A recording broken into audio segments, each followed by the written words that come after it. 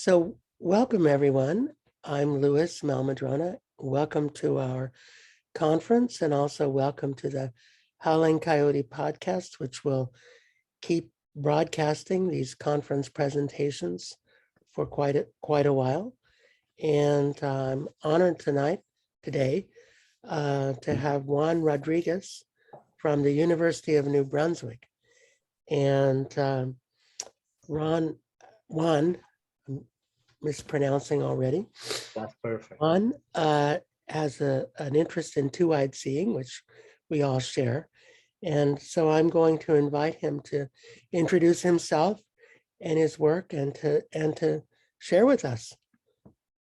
So Juan, Yes. over to you. Thank you very much, Dr. Lewis. And this is my pleasure just to be with all of you. And thank you for the invitation to share the experience from the Coyote Institute. We were talking about this meeting should be in person, and we have a live conversations and this and interchanges of ideas.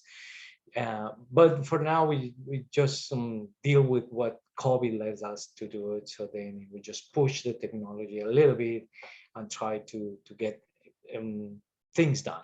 So my name is Juan Rodriguez. I am an Indigenous scholar working in Canada. My family is from the northeast of the Andes, so in a region that was the home and is still the home for the Muiscas families. The Muiscas families is one of the three or four big families in Latin America, and we are proud. We just started one process of identity and recognition and recovery of the ancestral knowledge and identification of places and ceremonies and knowledge. And for many years, I was working in Canada, maybe since probably 2009, with different universities, and now I'm an assistant professor at the University of New Brunswick in the Faculty of Education, and I work with the Mi'kmaq Wolastoqey Center, and also I work with the psychology department at the University of Walhumber, teaching Indigenous global health perspectives. So today I am very happy to share with you uh, a journey. Probably I'm going to use the PowerPoints and try to do a little bit uh, like a trying to grasp the theory of what is behind the journey. But the journey is for me what is now most important about this idea of two I see in perspective.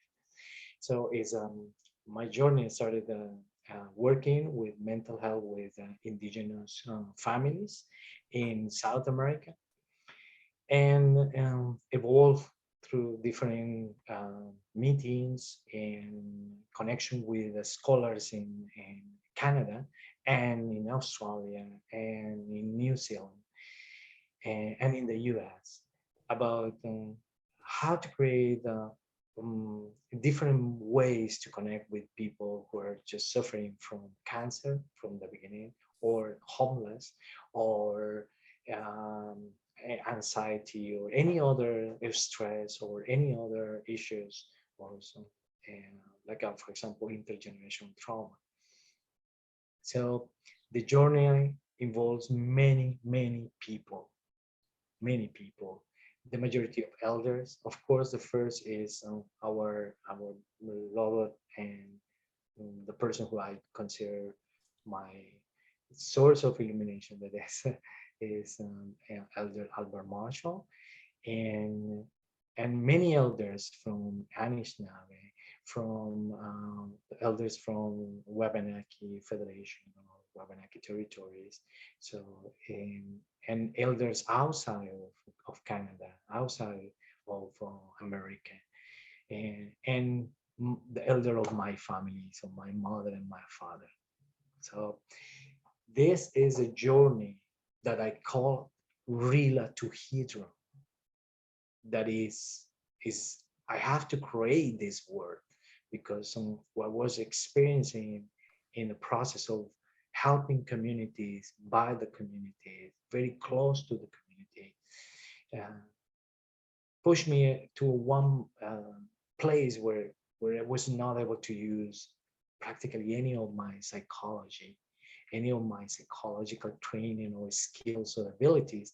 So I have to put all of this knowledge, or maybe I was acquiring like probably 15 years and a lot of clinical practice, and I have to put it in suspension, at least aside, and then open to the experience from the community. Something was coming, something new, and that new is a relatuhedron. Let me show you a little bit some of the PowerPoints just to explain a little bit what does mean this strange word that sounds like a mix of Spanglish, English, and foreign languages. And this is probably a mix of things. And from the very, very beginning is a two-scene perspective, when we just put the indigenous view with the non-indigenous view and something new, completely different that in this moment, I can't say that is indigenous, but you can probably see if there are some of the principles of relationality and the values and the spirit of making this a very indigenous way to deal with mental health or well-being. So let me find my PowerPoint is here, and probably I will present this way. Okay, yes. So then this strange word is relatuhedron. That is a neologism. There's nothing about the relatuhedron before we create that word. It's a two-scene perspective, it's a healing journey, you know. And what is in the background, the first image, is the relatuhedron. It's an object. It's a new object with different shapes. It's a new object made by individuals, but put it together as a community. It's a new object where you can find multiple views, not only one or two, but multiple views. It's an object that is a very gentle approach to heal, to support, is based on recovery. And what is, of course, is based on a trauma that is a choice perspective, is mixing this two perspective of relationality and spirituality and the medicine wheel and other principles from indigenous views and indigenous communities, mixing with whatever it will be the best or whatever is available in terms of the Western views or non-indigenous views. That in my case was a mix of complexity and multiple views. So by mixing these two different approaches, two different principles, so then the relatuhedron was visible, emerge as a process of community. So you are seeing we know about this, the principle, and I'm not going to stop here, but I'm going to talk about coexisting, the key concepts: interrelativeness, interconnectedness, and community spirit. So from the individual towards the community. So healing is not only individual, but in the community too, you know, in the relationship of the community. And then by helping families and working with families and in a non-judgmental and 100% absolutely supportive way, the word of relatuhedron was built, was constructed through the practice. I started doing this job in around 2016, and every year was a challenge, inviting new scholars and other people from indigenous communities and from non-indigenous communities, experts in Canada, thanks to the forums and uh, academic meetings. When I was able to present this idea, what is the relatuhedron? The word probably is important, but doesn't finish the meaning of the relatuhedron. So etymologically, so relatuhedron was built by three parts. The the principle of all my relations, the relat, that is mean relationality in the English, but this is the indigenous principle. The word you, that in Muiscopo means do it with that. You do it with that. And the Latin hydra, that means hedron, that means shape. So then putting these 3 points together, so that it was a machine that works by creating possibilities instead of closing the spirit, opening possibilities to infinite possibilities. So the relatuhedron is the way that we create our relationality, and we do with that, we live with that, we organize with that, we feel with that, we plan with that, and we shape our world, we shape our communities, we shape ourselves, but also all our relationships. So the meaning is the Muiscogun you, and is only like a little bit a pin that connects. Is about that. So then making a good check of your relationships could be one meaning of the relatuhedron, but because it's an unfinished object, so the relatuhedron lives on the process of building, on the process of being. It's not like a finished creative product, finished thing. Is always open to change. Is always open to grow. And also the people who are building the relatuhedron assume that philosophy of the relatuhedron. And I I was I'm saying that people were uh, doing the relatuhedron and can grasp and connect with the principles, so they apply those principles to their issues, so their conflicts, their emotions, their imbalances, and then try to create different balances and establish new process of recovery. So it's a machine of possibilities. What this is a great point when I was doing work with families and individuals and indigenous people and non-indigenous people.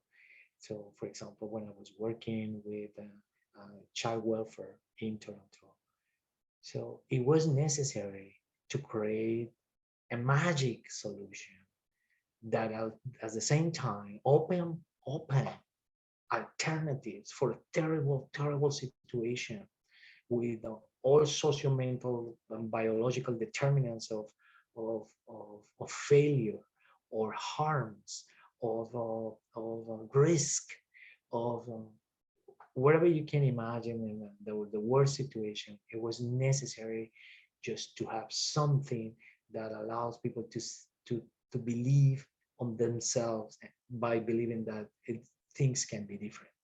And that is what is a machine of possibilities.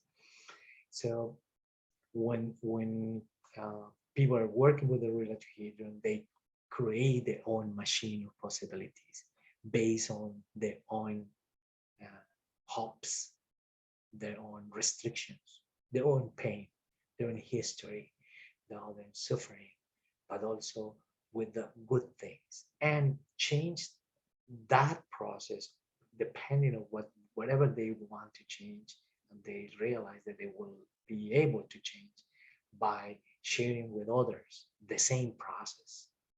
It creates a synergy, healing synergy, and it creates a community of healing. That is probably what is.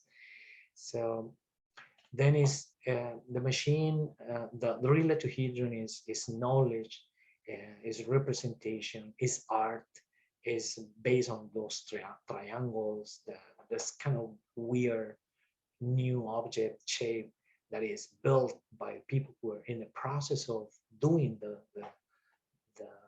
the triangles and talking about the triangles. They establish new relationships first, of course, with me, but also with the other people who are working with them. And that is how the process of being together started working towards the healing. Um, then the relatuhedron involves action. It's not only a representation, but it's also guided by something that is changing. And the idea is just to capture things that were changing also.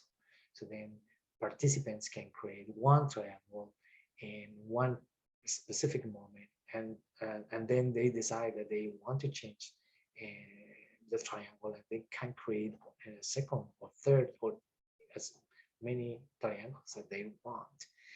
So they follow the process of change. They document the process of their change by also describing narratives. So then the healing and the healing processing occur when not only the art is visible, but the meaning that is behind the art. And in the process of sharing with the community, if they want, so is a process of healing through storytelling and accepting the storytelling of others and recognizing their own storytelling. So as you can see now, those are some of the students that were doing the relatuhedron, thinking on indigenous food security, for example. And we were focused on how to improve food security for their own communities. There are indigenous and non-indigenous students here. And we created a giant relatuhedron and that have full meaning and a lot of simple and others not too simple, very complicated ways of thinking. And as a machine of possibilities, all they work together. And then we open this to as an art exhibition, just to connect with other communities, with other members, and invite them just to share their work. And this process of sharing the own work with others and together is what is very powerful. So this relatuhedron, of course, is to I seen. I was teaching in different universities courses of psychology and community development and social crisis, and how we can address some social crisis. It's a community-based experience. Of course, the source is the Indigenous Homeless Project in Toronto. So I was working with Family Services of Toronto, and I was able to pilot this for very, very first time, like in terms of like a clear methodology, because it's a process. You know? It was a process of doing thing, and then you realize that process can be a methodology, and then now is the matter is just how to systematize, how to organize things, so then others can do the same and try, you know, and try to see if they can improve or they can duplicate, replicate, and organize with other communities. Then I was able to go to the Mental Health Commission of Canada and share this idea in between 3 years, and with experts in mental health field and biology and public health. And at the beginning it was very difficult, but then the idea was getting ready little by little. And now I have several relatuhedrons in Canada, Australia, and now here I'm using this as a way to connect.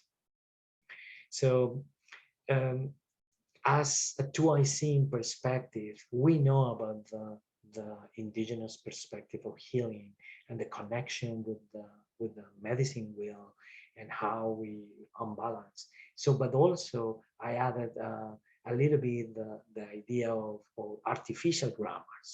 And this artificial grammar is part of the relationality that participants can learn and use it, transforming their own narratives, their own ways of storytelling by representing narratives in artificial structures like this.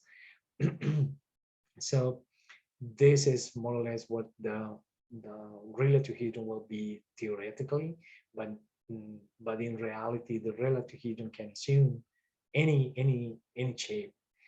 And this is me working at the farm, working with whatever it is out there in the environment, you know, and just going and find things that are available for all. So then you don't have to create sophisticated materials, but it's the natural materials that are around, that are available, that are free normally, or they're just low cost. So that's it's a principle, you know? So then that's why the first relatuhedron was taking this shape, you know, connecting dots, and each dot of the triangle means a concept, and creates a model that makes sense for the people who are building the model, and that making sense and creating one thing that can externalize the meaning of the experience is very important. It's very rewarding. So that was the first relatuhedron, and you can see in on the screen, it was like a computer model, but then we have the real model that was the production of the people who were analyzing the data and working with that. That's the first relatuhedron, and then it changed a little bit, and then those are some of the relatuhedron built by community members, normally children, families, and anyone. So together, there's no divisions or limitations, and the relatuhedron can be built by sections, by triangle, one at a time. You know? So then when as never is finished, so it's always one thing that is evolving, that is changing, that is changing the concept and changing the meanings. So those are some examples of other relatuhedrons built by Indigenous students and non-Indigenous students. And a little bit here, other relatuhedron built by student service agents. They were asking, so how we can improve services for Indigenous students at universities. So then we use that structure just to create a relatuhedron and move forward to the process of creating the relatuhedron. And of course, I have a book about this. It's going to be available soon. So it's about the relatuhedron as a way, as a maloca, as a wigwam, because then it's a home that protects. No, it's a home. What do you want? Thank you. And that's it. That is what I have just to share for today. I'm not sure, ladies, if you would like just to add something or to have a conversation.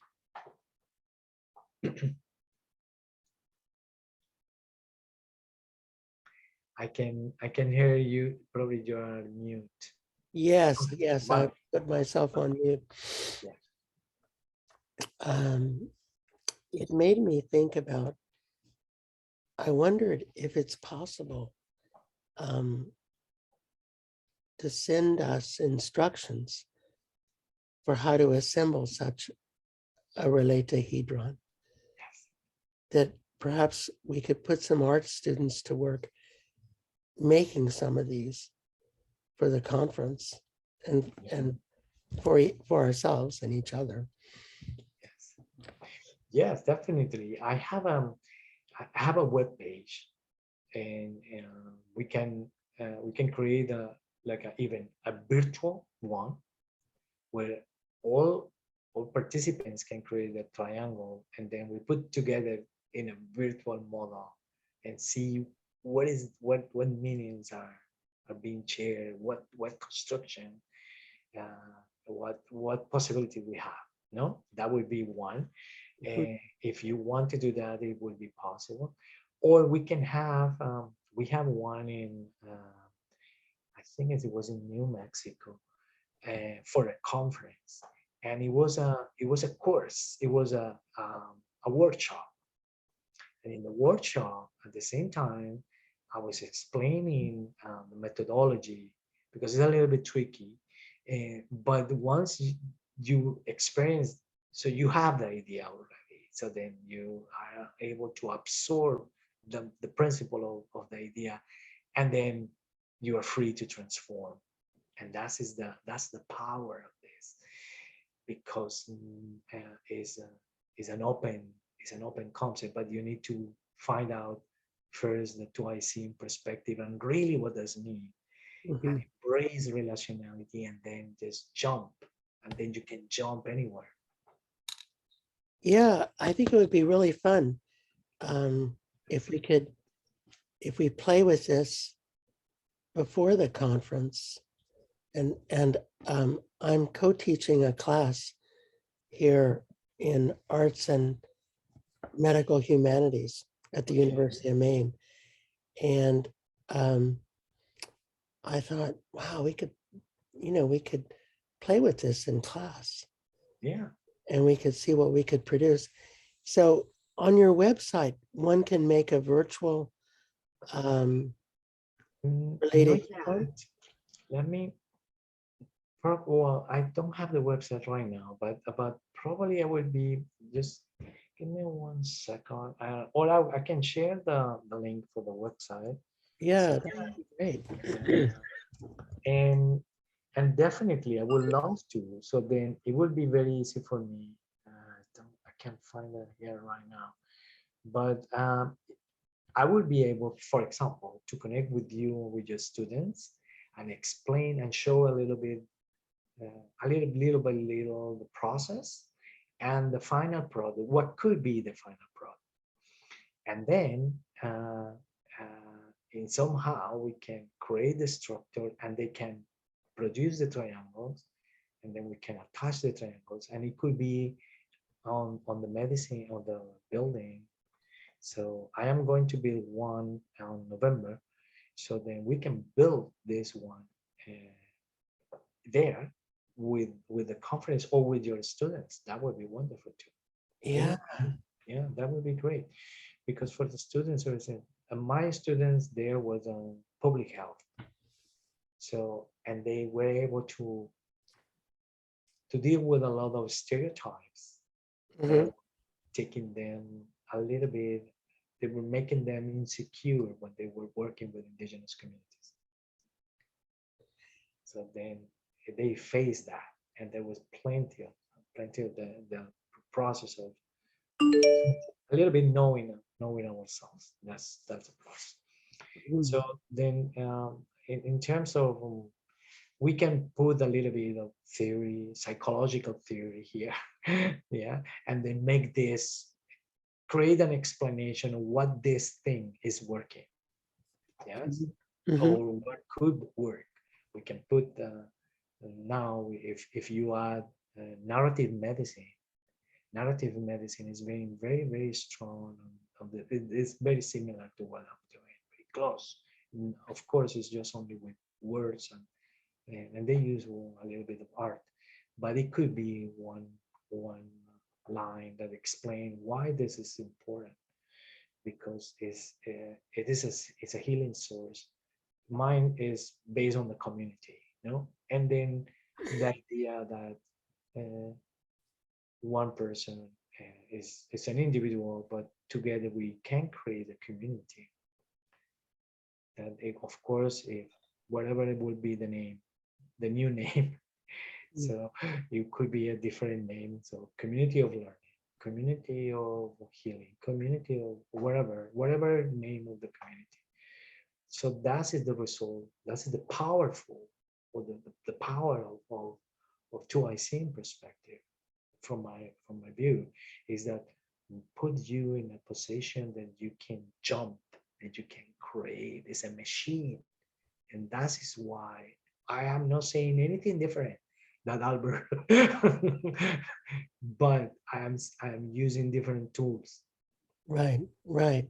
That is exactly it. It's intriguing to me because I'm thinking about, I'm thinking with some artists about how to create an installation to experience indigenous concepts of mind. And, this is still in the early phases. But I'm, and I'd love your thoughts on this and how your methodologies could influence this, because I'm looking for a way for people to experience interconnectedness and to experience non-local mind in which we exist in the space between each other and not locked inside our skulls. Mhm. Okay, interesting. Yeah, and and also to experience, the many stories that form us and reform us and recreate us every day. And so I'm thinking about how to create an experiential art installation that would give people, especially people who aren't familiar at all with Indigenous thinking, That's true. um, you know, to give them an experience in which they could grasp the concepts. This is more or less, this is what is the relatuhedron, because the relatuhedron is an open experience of interaction. So it's based on the idea too that if you don't play, you don't learn. Mhm. Just you have to grab the things. You have to grab the concept. You have to feel it on your senses. You have to smell. You have to do things. So that is why my students are just using colors and painting and things like just also for the spectators to create that interaction. So then normally we have a division between what is, of course, you know about this, what is just like a good mental health and bad mental health. But it's not that line that totally clear. No, there's sometimes you have to push from one side to another, just depending on what things. So that is what is happening in the art exhibition. Sometimes the art is done and you are the spectators. But what happens when you have the possibility to be artist too? Mhm. Then my recommendation would be just, of course, if we can create this experience with an open work for the artist, you know?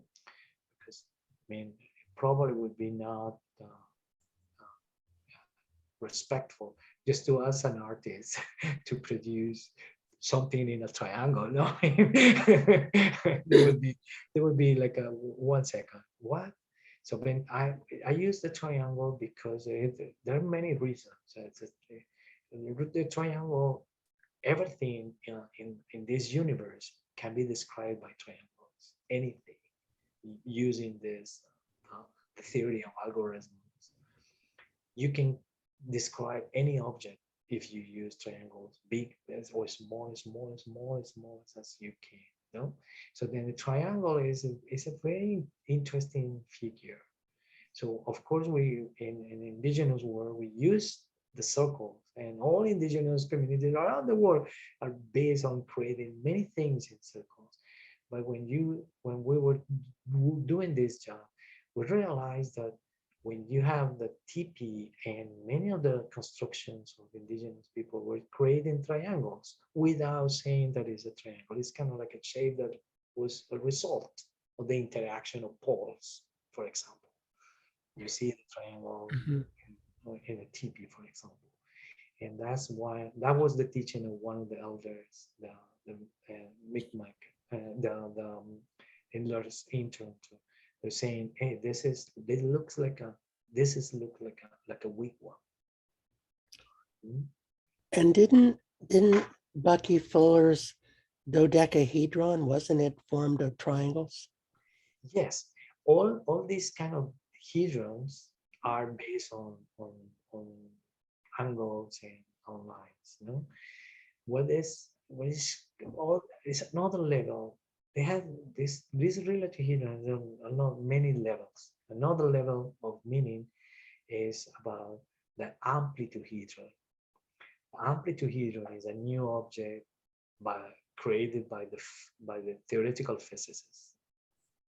So they think that this object can help them just to calculate better the ways that energy is passed through different levels. That's my understanding.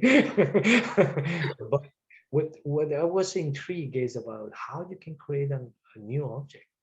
So that was what captures me. Say, hey, you can create a new object. So tell me a new thing that was not before. So then when I was studying that, that's why I say, okay, this is probably the way to go through the relatuhedron. We change relationships and we change the shapes and we change the you, the doing together.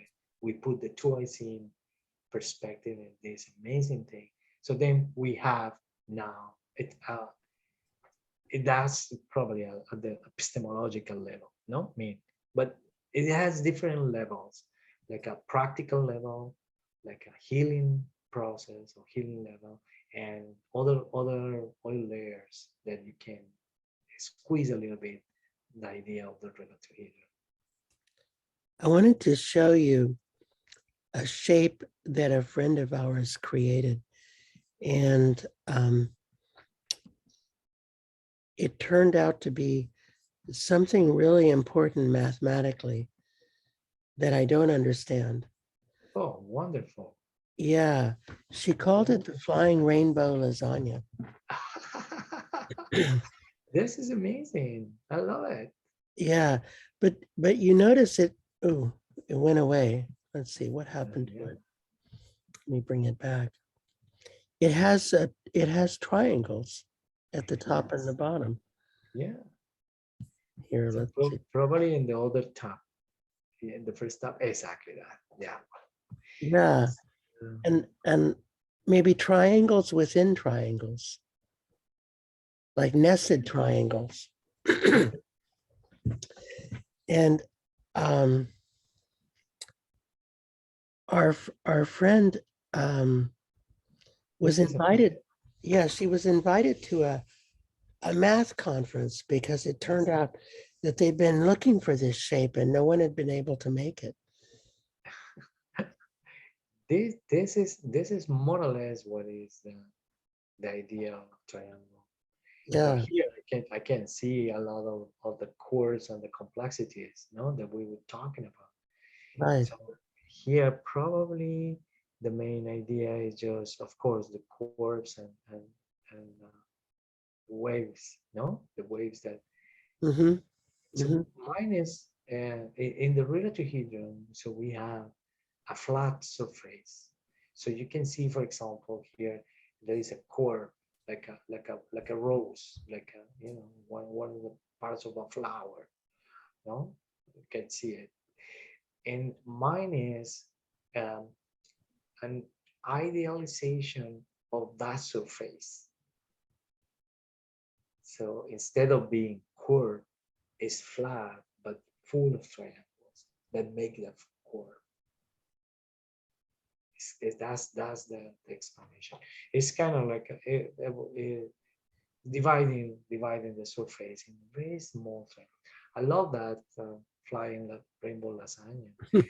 It's wonderful. It's wonderful. Colors and things. So this is the other thing in the relatuhedron. In the relatuhedron, when you work, I work with children. I work with parents. I work with students, and with different levels of abilities, drawing like a painting, no, Mhm. and also with different problems caused by education and by these pedagogies, where the pretty things or to create pretty things in art is a pressure and make people feel very insecure and frequently sad because it affects the self-esteem, because creating something pretty is important in our culture. No, in the relativism, things are not pretty. Yeah. So it, as in the muskabun, it is not a jewelry, it is an object with meaning. So wherever it will be the shape, and whatever will be the expression, all all expressions are welcome in the same way. So then I have students that rediscovered their own huge artistic abilities, so that they were just a little bit, hidden for them. Mhm. But I have others that were not able just to create the thing artistically, but with full of meaning. And that is probably what compensates the two ways to communicate. So So yes, can I call up do you have a website that I can call up for so people to look at this? yeah, so let me. I lost that website was a very recent creation, and I don't have the link, but I promise I can send you. Okay, I okay. can send you by email like a 2 or 3 address. If you type relatuhedron on Google, because it's a neologism, there is no one in the world was using that word before. So then that is something first. It's great that you made up your own word. Yes. So It's you can see R E Relatuhedron. yeah, exactly. So then probably let me show you. And you're all over Amazon. Yeah, yes, that's exactly. So relate to here. And I think that the book probably is going to be soon. And the book, I put in the book as much as was possible the description of the relative here, just to to open the conversation. So and this website is it practically my presentation for today. I have this interesting thing. So um, it seems like uh, when I was doing this, hey, you want like a surgeon just start doing this, sitting with the community and then painting. Just you good luck. And now more and more like a high level professional, high level people were just thinking that this is something important. Of course, uh, it's not Play-Doh. It's not feeling like you are doing child's work. Is being able to reconnect with your creativity, and that requires a little bit of being humble and a lot of courage. And then what I'm talking now is about the principles, the values and the ethics that is behind the relativism. That's the other dimension. So Mhm. that is a teaching tool, but it will have many possibilities, no, for teaching. Yeah. So one of the papers that I read that you wrote Yeah, um, was about applying the relatuhedron to indigenous food insecurity and health systems. yeah, yes. And I wondered, I mean, you've mentioned a bit of that Mhm. already today, but I wondered if you could talk a little bit more about that paper and sort of what that journey was, you know, to get to that paper and to send it out into the world. So one of the the motivations for the work was that we need a methodology just to create the relatohedron, because um, even it was simple, the relatohedron, but people were a little bit confused about what to do, Mhm. because there are no rules. So then we have some kind of limitation where we just ask to do something without rules. That's the first motivation for that paper. So that paper was created in the middle of the course of food and indigenous food security. It's a public health course, and at Dalala School of Public Health.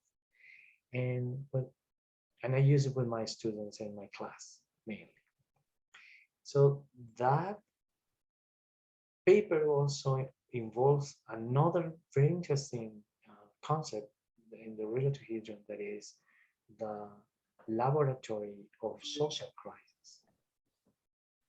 So then the relatohedron acts like a place where you can put things in and then analyze them, work with them, and find solutions and discover different perspectives of that, like a problem solving scenario. So that's why in the process of thinking about uh, indigenous sources of food, natural sources of food, the price of food or good food, the quality of food, and the food that is available for indigenous communities, I want my students just to have a deep knowledge of those four elements that are related to the crisis of indigenous food. And that's why this paper was giving what I learned from social crisis laboratory that was teaching before with different universities. So this laboratory is a place where you can have the problems and, and dissect them, but also interconnect them with other things. And that is what is the paper. What is the intention of that? And I can do it. I mean, that's the same methodology as the relatohedron. It's a little bit it's connected with the relatohedron, because after that, so the students were able just to create the triangle. So Mhm. it uses different tools from complexity and different tools from multi perspectives.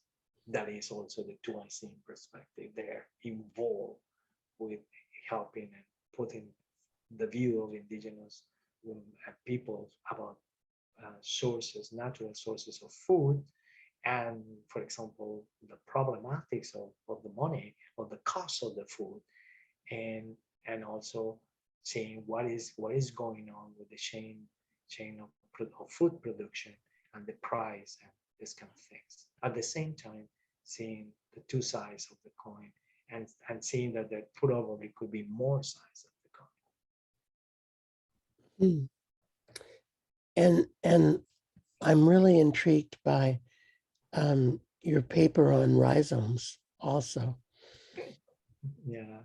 This is another beautiful lesson.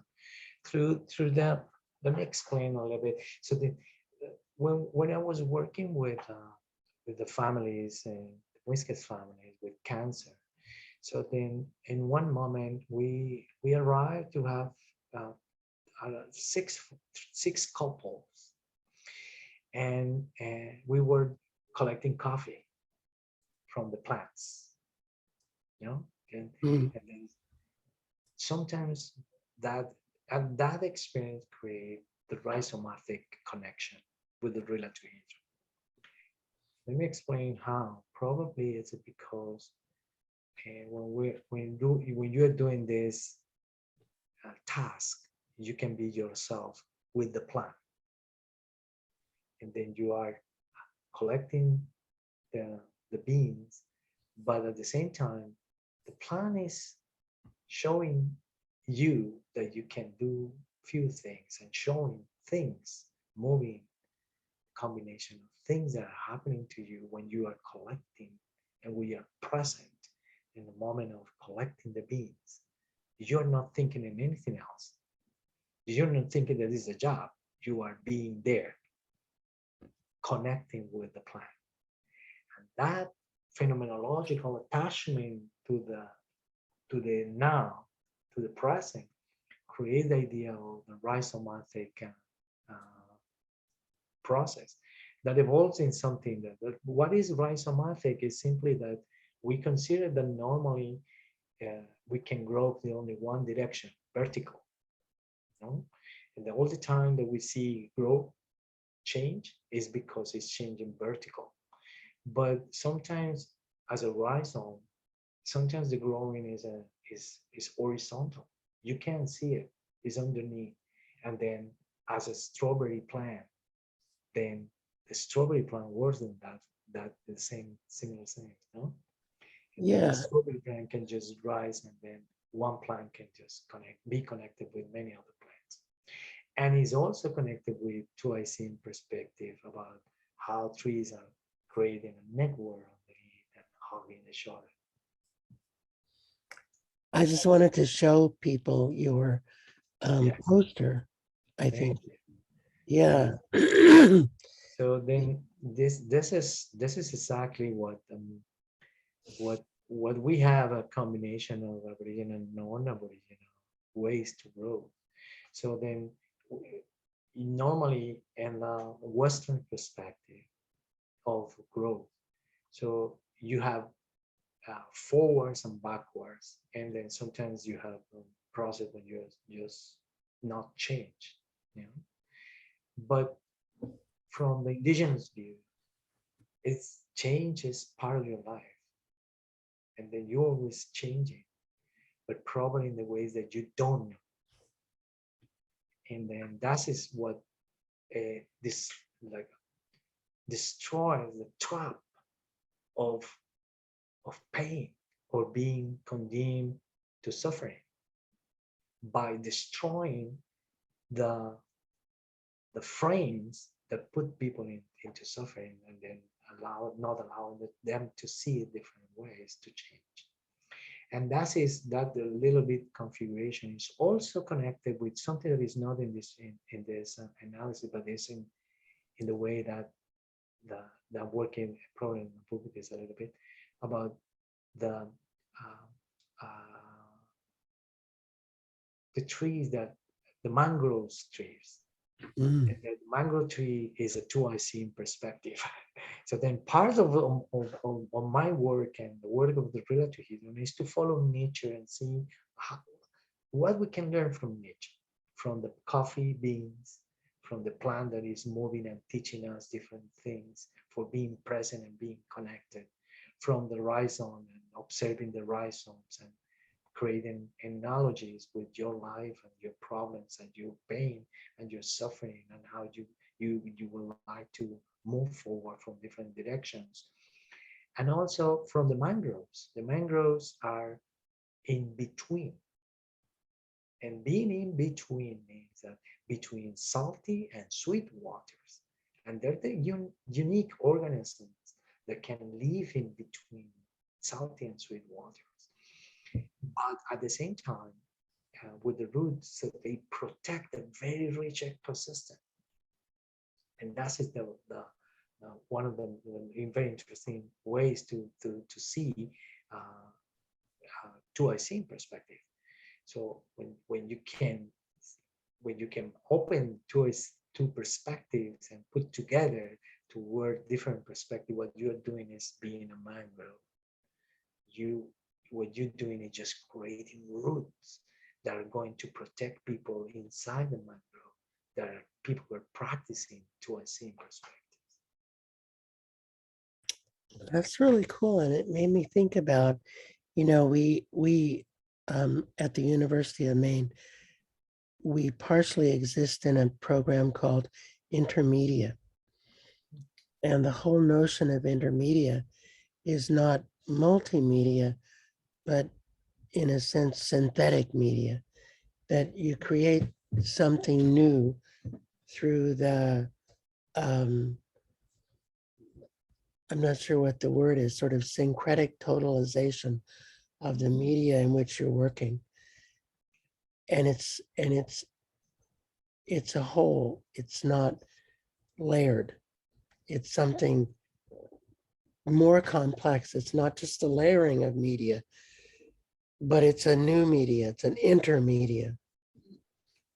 And maybe our motto should be rhizomes.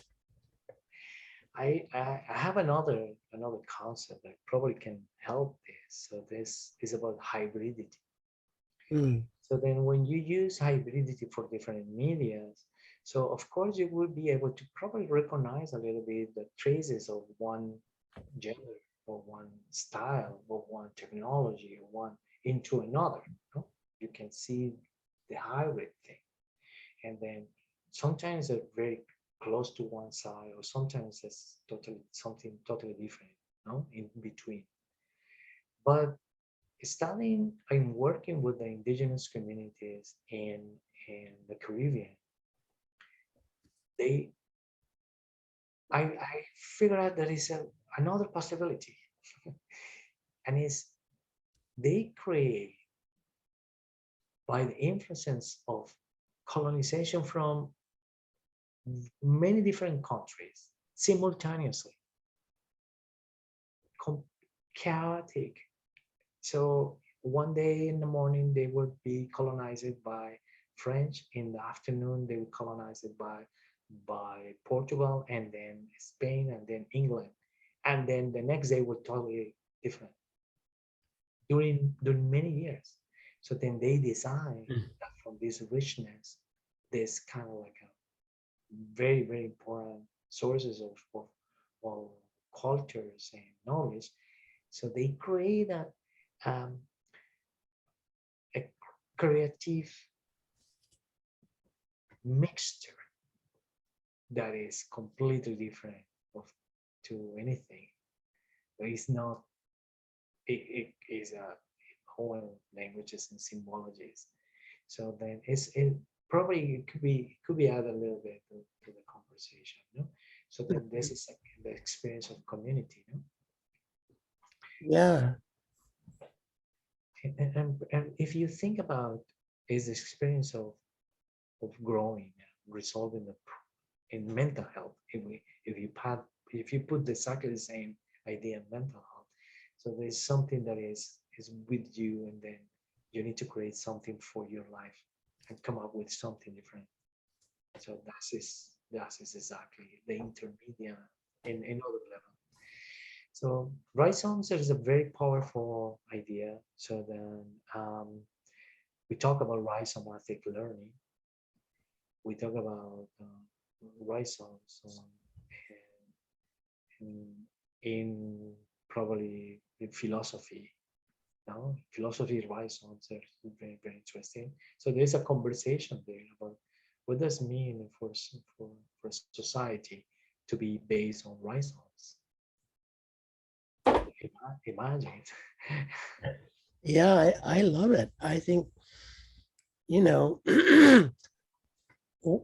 what a good metaphor, rhizomes, you know? it's, it's beautiful. Yeah. it's beautiful. And also I was well, there's that connection with rhizomes was interesting because I discovered the concept of rhizomes when working with the art that was produced in by local people in Latin America and the process of colonization describing nature. Mm. So there is a huge work on that. So then, oh yeah, it's my work on poverty. Oh, yeah. Yeah, I was just trying to, I didn't know that it was already up on the screen. I was Yeah, looking for a good table for to, yeah. Well, that is a great graphic. yeah. Um, of course, it's multi-level. So then my point here is that doesn't matter how you describe poverty, if you use income like the basic needs or well-being or any other things. So any other like economic or social economic or cultural concepts. So you always need to talk about poverty Mhm. because there's no even the person with the same income will have a different poverty situation because the poverty is a social constructed concept. So a poor person is a person who is constructed by the condition of the society. So then those conditions depends on their family, the history, education, many things. So then when I was studying poverty, I was surprised about, for example, um, personality and poverty, for example. And it seems there's probably not connect. There's no possible just to connect the characters of personality, no, with with poor people or with rich people. So then, because being poor or being rich is a social construction. So then, in this paper, I'm showing this that we need just to start thinking of. It was very earlier, but another interesting level of this is that we were working together 9 universities to produce this course, and it was in in 9 countries. So we were able just to connect with in the times that technology was not. It's 2007. No, maybe just it was not too too uh, too easy just to access to internet tools. Mhm. It's just it wasn't the beginning. So then we create a group of scholars and faculty professors around the world. That's it's interesting. Yes. So this is the zoom in and zoom out of poverty. Mhm. So then um, also for any person would be able just to map themselves in this type of circles and see what what kind of social determinants of health. At that time, I was not talking about social determinants of health, but I was talking about multiple levels and multiple factors that are related to from globalization to the person and how we need to start connecting that level because we can and and this is a very elder word but I'm seeing this today. We can resolve the problem of one person of a family if the family or the person is not connected with what is going on in other levels. So giving money probably is not the solution because it's just only temporal income that is going to disappear quickly Mhm. Mhm. because the person or the income is not able just to connect the person with what is going on in the environment. When social or public policies are able to connect persons and families with what is going on with the environment, then the social policy is going to help them. But Well, if not, yes. So that's what I'm trying to say in a very earlier work. I think that it's interesting how we talk about resiliency. yeah, it made me think of, so um, once upon a time, I was invited to speak at a dermatology conference in Vancouver. And I talked about how it's not just skin deep, that it's much deeper than the skin. And after the talk, a Canadian dermatologist introduced me to his father, who was a Cuban dermatologist who lived in Cuba. And we had a very fascinating conversation. The son was always trying to get his father to move to Canada. And his father said, "Why would I do that?" And his son said, "Because you could make so much more money." And his father said, "Why do I need money?" And his son said, "So you can live better." And his father said, "So I can live like you?" So you get up before the sun and you work all day and you never go to the beach and you drive in terrible traffic. He said, "Look at me. I get up when I want. I sit out on my porch. People come and show me their skin. I write a few prescriptions. I go fishing. I come home. I drink some beer. I sing songs and play guitar with my friends. Why would I want a life like yours?" Yes. So quality of life. So now we are talking about, for example, indigenous mental health in a global perspective, and what could affect indigenous global mental health of indigenous communities and people. So then, one element is happiness. Mhm. So then, what does it mean for different cultures happiness? And then this is, of course, related with well-being, and not necessarily income, because as many indigenous communities were not using money, paper, coins to resolve the problems before contact. No? It was just other things. No? Uh, then in somehow this project is just opening the possibilities just to see what is the difference between happiness in different cultures. That's another very interesting thing to see. It is. And there's a philosopher in Maine at Bates College, Ethan Miller, who's writing about the invisible economies of Maine, Yeah, the non-monetary economies of Maine. wonderful, wonderful. Yeah, I want to see. You know, you have a lot of people connected with my work. Probably have to go to Maine. Oh, I feel the same way. I need to go to New Brunswick. You are welcome. You are welcome. We can do something. So I can connect it with I my think students. And we can do something with your students too, if you want, definitely. I think we need to hook up our universities and build a Yes, collaboration between Maine and New Brunswick. absolutely. Yeah, Because it was in the past, the territory was the same. No, I mean, right, the Wabanaki territory. right. That my wife and I work for Wabanaki Public Health and Wellness. Oh, wonderful. Yeah, as well as Okay. being involved with the university. Yeah, But I think there's a richness that could emerge from more collaboration between us and New Brunswick. definitely. Yeah. I would be totally interested in doing something like that.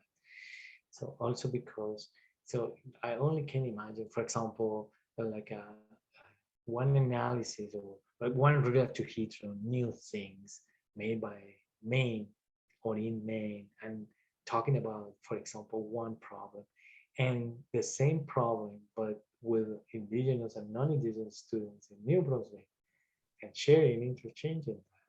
So I'm doing something similar with my students of teaching in cultural context, and then they are going to produce one relatuhedron, and we are going to move the relatuhedron and have a like a mobile exhibition from different schools. Now with COVID, things are turning a little bit complicated, but that's the idea. Let's see. It sounds like fun. I'm looking for another cool diagram for us to finish with, but we might have finished all the diagrams in your paper. Probably that's those two were just the only thing. The rest Yeah, of references. yeah. Well, Yes. probably we should wrap up, but it's been a great conversation, and I hope that we'll have more. I Thank you. hope we can visit each other, um, and find ways to collaborate more, because we are so close. You know what I tell everyone in the United States when they ask me where I live, I say I live in Orono. It's conveniently located on the way to Fredericton. But I guarantee you, 95% of Americans have no idea what Fredericton is. Well, thank you very much, Larry, for this opportunity. It's very interesting to find such a great openness to talk about these uh, ideas that at the beginning probably what sounds a little bit strange or so simple. Relatohedron is so simple that it's just uh, the power of this is exactly that put us to have a conversation. Mhm, And mhm. then in a conversation is when things that probably are not going to be collected with the relative, but that is the machine of possibilities. That Right, is what it does. So right. then, thank you so much again for your invitation to this very important meeting. And then I will look forward for us just to connect with you for projects and all of you connected with Maine and of course with the Wabanaki Hunter. Indeed. Thank you very much. Have a wonderful Okay, you too. afternoon. Okay, Yes. Wally, Okay. bye. Bye-bye. Wally one.